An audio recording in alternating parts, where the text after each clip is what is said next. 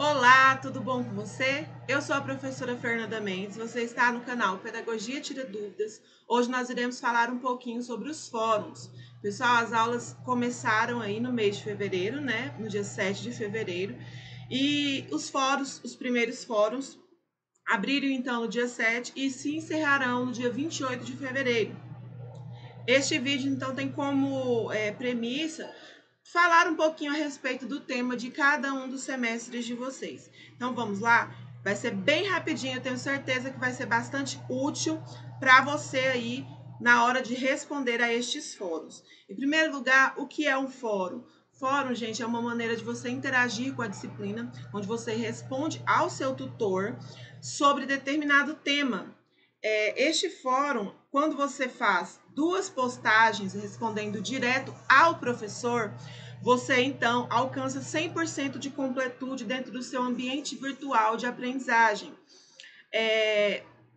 Esse fórum também, além do 100% de completude, que vai ele auxiliar você com a questão do engajamento, ele também vale mais 1000 pontos para o seu engajamento quando ele for corrigido. Então vamos lá? Pessoal aí do primeiro semestre, pessoal calouro, né, que está fazendo a primeira disciplina, Sociedade Brasileira e Cidadania. Bom, lá vem alguns textos, né, algumas explicações sobre a disciplina.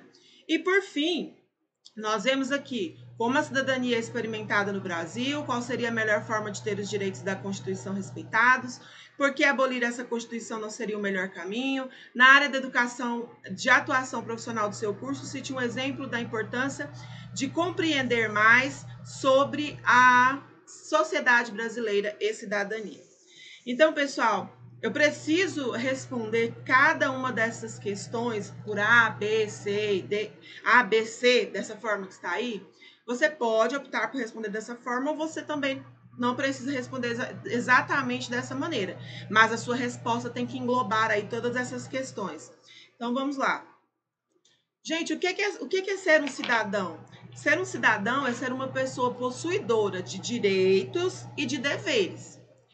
No nosso país, existe uma Carta Magna, que é a nossa Constituição Federal do ano de 1988, que é a que está atuante hoje, que ela designa que todo brasileiro tem direitos, tem deveres e que devem ser garantidos aí pelo Estado, pelos governantes, como o direito, por exemplo, à educação, o direito à saúde, o direito à segurança, o direito à moradia. Tudo isso faz com que a pessoa tenha a sua dignidade respeitada.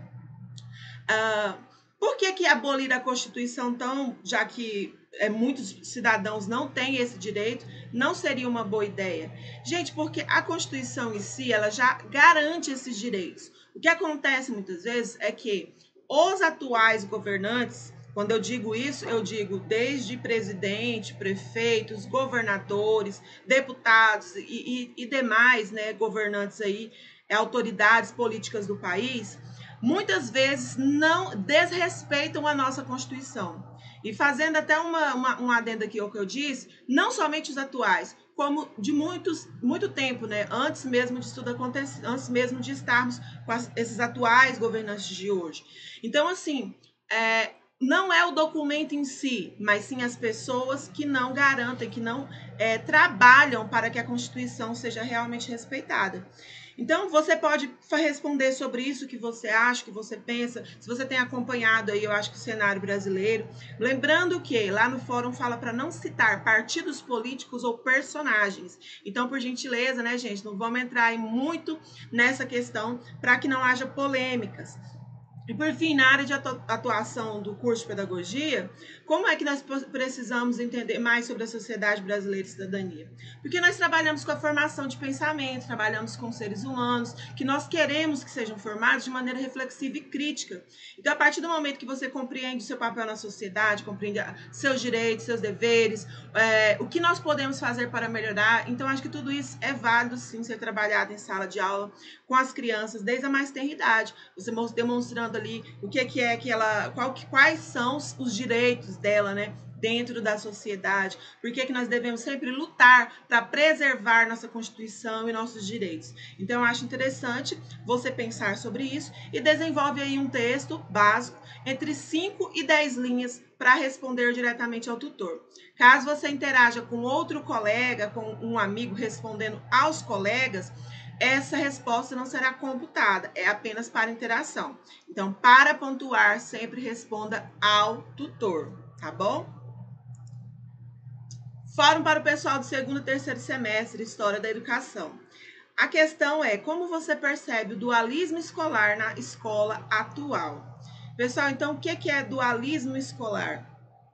Dualismo escolar é a escola que prepara, a diferença, né, básica da escola que prepara o aluno para desempenhar papéis sociais ou mesmo para o mercado de trabalho.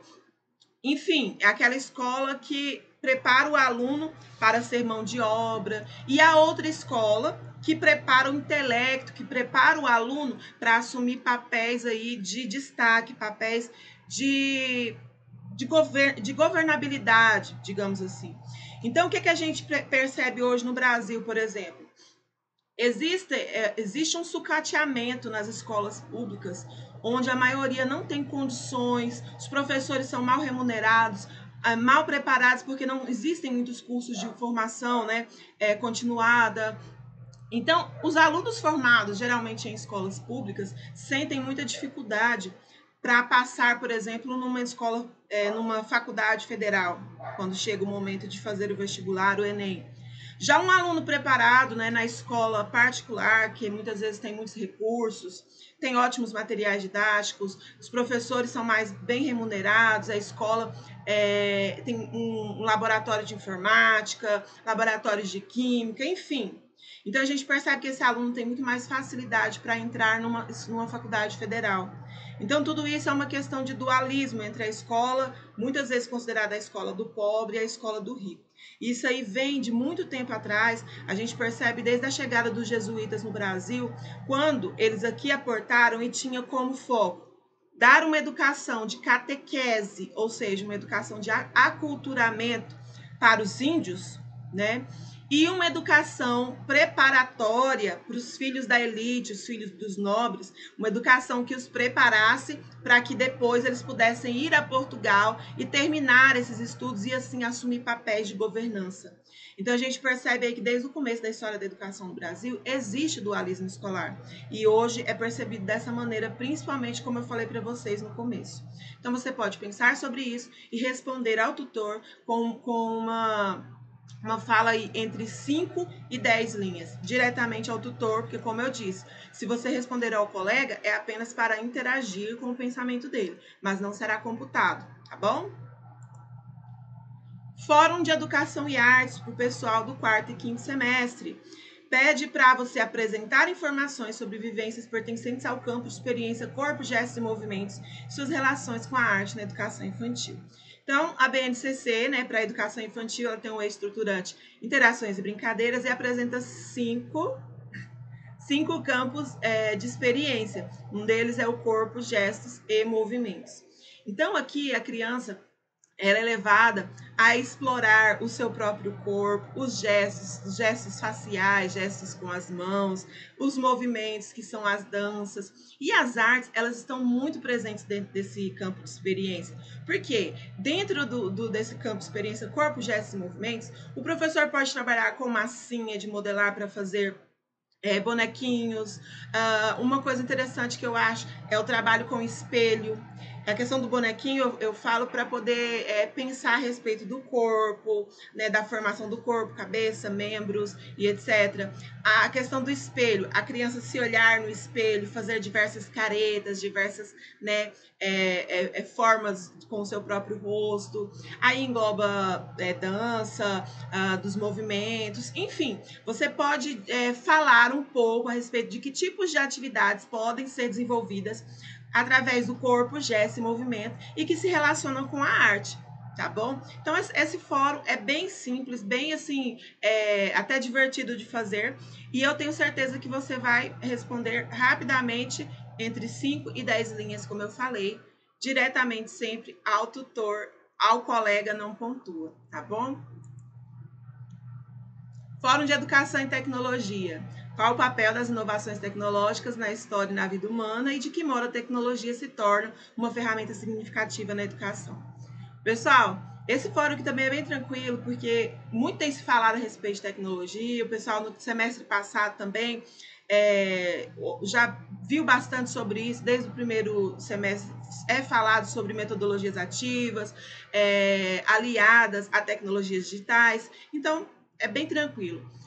Quando a gente pensa em histórias, inovação tecnológica na história e na vida humana, a gente percebe que a tecnologia, que quando falamos de tecnologia não são só ferramentas digitais, mas sim tudo aquilo que nos auxilia a fazer algo que melhora a vida do ser humano, nós percebemos que a humanidade está em uma constante evolução. Então, a tecnologia auxilia o homem a chegar a lugares onde ele necessita, a concluir trabalhos ou atividades de uma maneira mais rápida, mais prática e mais eficaz. Então, o papel principal das inovações tecnológicas é garantir esse progresso, garantir aí a eficácia, a rapidez, a agilidade, a inclusão, né, de elementos que possam contribuir aí para que o homem possa chegar a um objetivo comum. De que modo a tecnologia se torna uma ferramenta significativa na educação? Na educação, a tecnologia, principalmente digital, a tecnologia digital nos dias de hoje, é primordial, porque ela é capaz de levar informações, levar conteúdo. Esse vídeo mesmo que eu estou fazendo para vocês só é possível graças à tecnologia.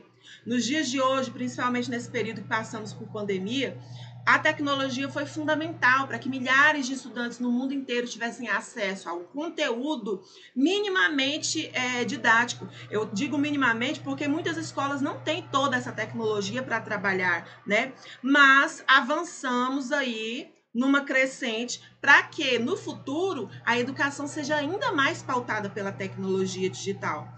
E, como disse, as metodologias ativas que vêm aí com a gamificação, com ensino híbrido, né, que são essas formas, essas metodologias de ensino que utilizam-se aí de computador, né, do celular, do computador, do tablet, para que o professor e o aluno tenham esse contato.